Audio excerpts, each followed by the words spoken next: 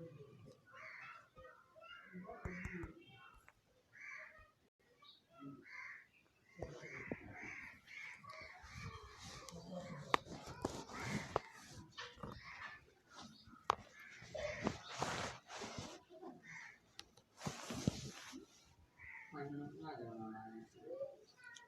भैया बहनों, कक्षा 10वीं की इस घंटी में आप सभी का स्वागत। भैया बहनों, इससे पहले हम लोग रस के प्रकार और उसकी जो है कि अस्थाई भाव, विभाव, अनुभाव, संचारी भाव, उद्दीपन आदि को देखे थे। आज हम लोग पुनः सबका अवलोकन करते हुए सभी रसों को अलग अलग उसके भेद आदि को साथ करते हुए देखेंगे। भैया बहनों, काव्य के पठन, श्रवण,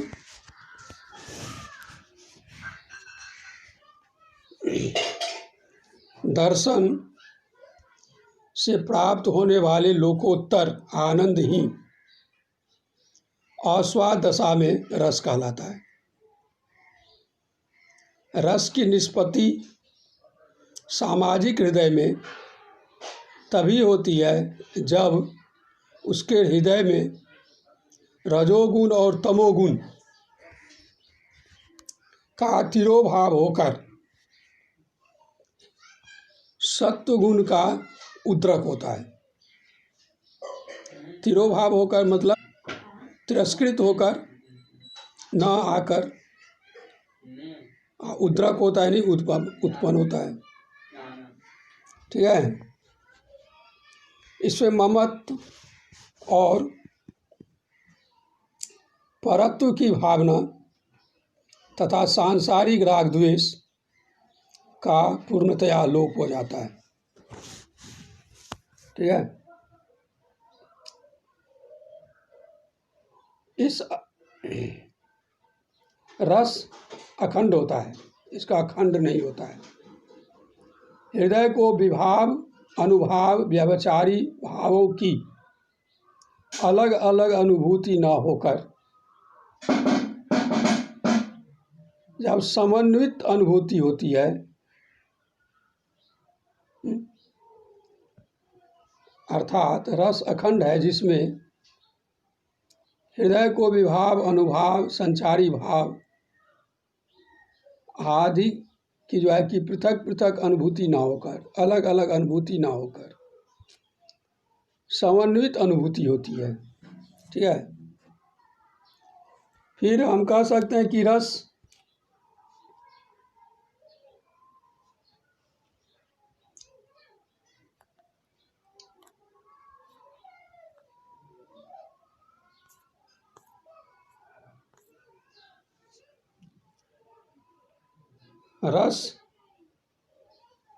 वेदांतर शून्य, रस स्वप्रकाशानंद तथा चिन्मय, रस को ब्रह्मानंद सहोदर भी कहा गया है। आचार्य विश्वनाथ ने साहित्य दर्पण में कहा है कि रसानुभूति अलौकिक चमत्कार के समान है।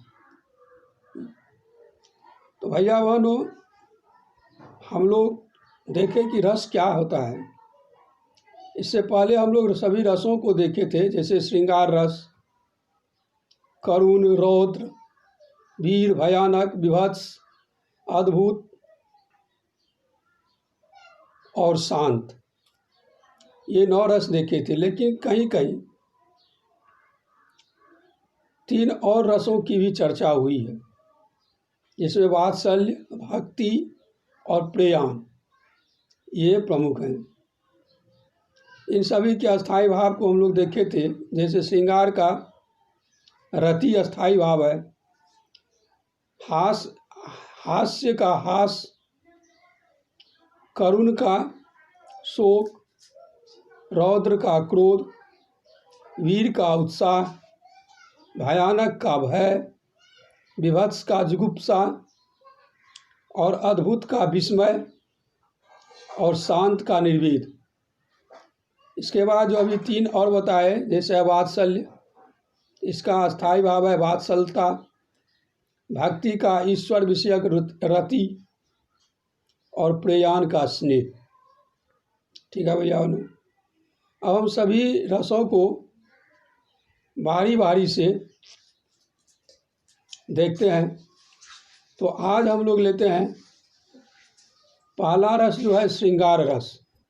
हम लोग श्रृंगार रस की चर्चा करेंगे।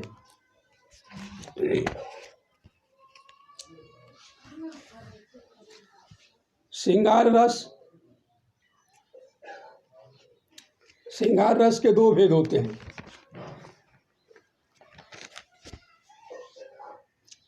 श्रृंगार रस के 2 भेद होते हैं, संयोग और वियोग। संयोग श्रृंगार है जहाँ अनुकूल विलासी एक दूसरे के दर्शन स्पर्शन आदि का सेवन करते हैं, अर्थात इसके जो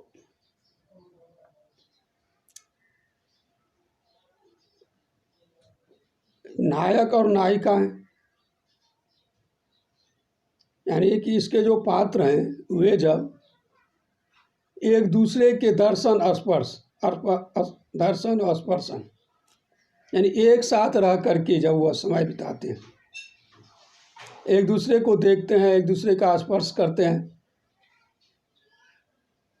तो उसके स्पर्शन का और क्या कहते हैं दर्शन का जब वे सेवन करते हैं, तो वह आनंद से युक्त जो संयोग है वही संयोग श्रृंगार कहलाता है। इनके कुछ उदाहरण हैं, जैसे कहत नटत रिझत खिजत, मिलत खिलत लजियात, भरे मौन में करत है नैनन ही सौ बात। वे एक दूसरे के दर्शन स्पर्शन आदि करते हैं, तो उसमें क्या करते हैं, बोलते हैं, कहते हैं, नाचते हैं, रिझते हैं, एक दूसरे पे प्रसन्न होते हैं, खींचते हैं, कभी गुस्सा भी करते हैं, क्रोधित भी हो जाते हैं, मिलत फिर मिलते हैं, खिलत फिर खुश हो जाते हैं, लजियात लज्जा का अनुभव करते हैं, शर्माते हैं, भरे मौन में करत और मौन होकर के जो है कि चुपचाप एकांत में नैनन से ही बात, और वे एक दूसरे की आंख से ही बात करते हैं। तो ये पहला उदाहरण हमने देखा है कि कहत नटत रिझत खिजत, मिलत खिलत लजियात, भरे मौन में कहर करत है नैनन ही सौ बात। और उदाहरण देखते हैं, कहते कि देखन मिस मृग विहंग तरु, फिरती बहोरी बहोरी, देखी देखी रघुवीर छवि, बाढ़ी प्रीति न थोरी। जब भगवान क्या करते हैं बचपन में, वो जो है कि मृग आदि को देखने के लिए, पशु पक्षियों को देखने के लिए तरु पे जो कि फिरते पक्षियों को देखते हुए जो वे उसे देखते हैं, बार बार वहाँ जाते हैं, घूमते हैं, तो इसे देखकर जो है कि देखी देखी रघुवीर छवि, बारी प्रीति न थोरी। तो ये जो स्थिति रघुवीर की है, भगवान की है, उसे देख करके उनके जो माता पिता हैं उन्हें बहुत जो है कि आनंद मिलता है। तुलसीदास जी कहते हैं कि ऐसे भगवान को देखकर क्या होता है, काफ़ी आनंद मिलता है। फिर इसी तरह है, देख रूप लोचन ललचाने, हर के जनु निज निधि पहचाने, थके नयन रघुपति छवि देखी, पलकन परिहरी निमेखी। ठीक है।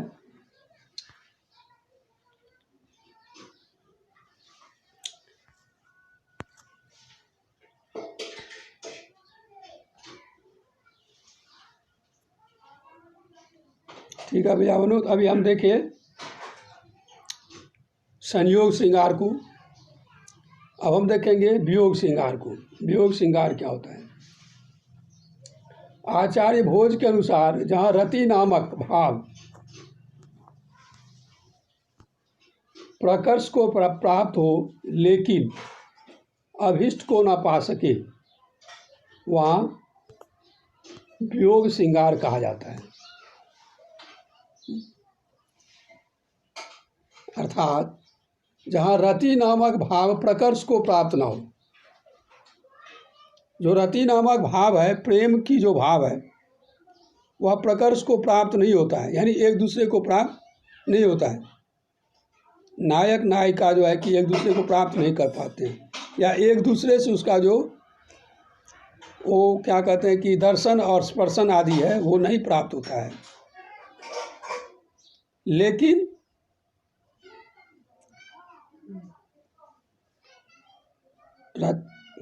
लेकिन अभिष्ट को ना पा सके तो वहाँ क्या होता है? वियोग होता है।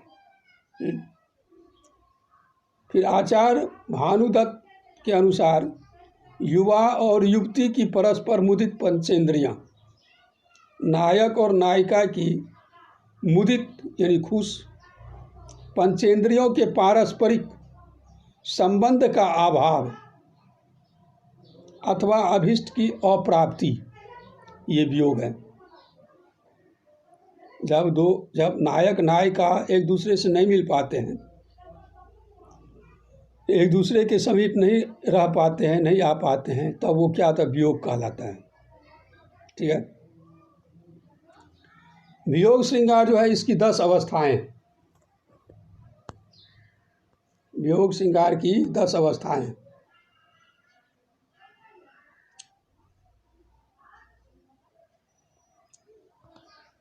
पहला है अभिलाषा,